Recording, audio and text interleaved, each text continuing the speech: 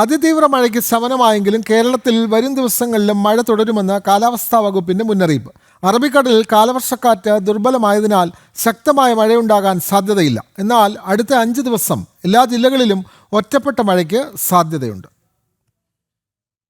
സംസ്ഥാനത്ത് മൺസൂൺ മഴയുടെ ശക്തി കുറയുന്നു. വിവിധ ജില്ലകളിൽ നിന്ന് അതിതീവ്ര മഴ മുന്നറിയിപ്പ് പിൻവലിച്ചു. ഇന്നും നാളെയും വയനാട്, കോഴിക്കോട്, കണ്ണൂർ, കാസർഗോഡ് ജില്ലകളിൽ യെല്ലോ അലേർട്ടാണ്. ഒറ്റപ്പെട്ട ശക്തമായ മഴയ്ക്കുള്ള സാധ്യതയാണ് പ്രവചിക്കപ്പെട്ടിരിക്കുന്നത്. 24 മണിക്കൂറിൽ 64.5 മില്ലിമീറ്റർ മുതൽ 115.5 മില്ലിമീറ്റർ വരെ മഴ ലഭിക്കും.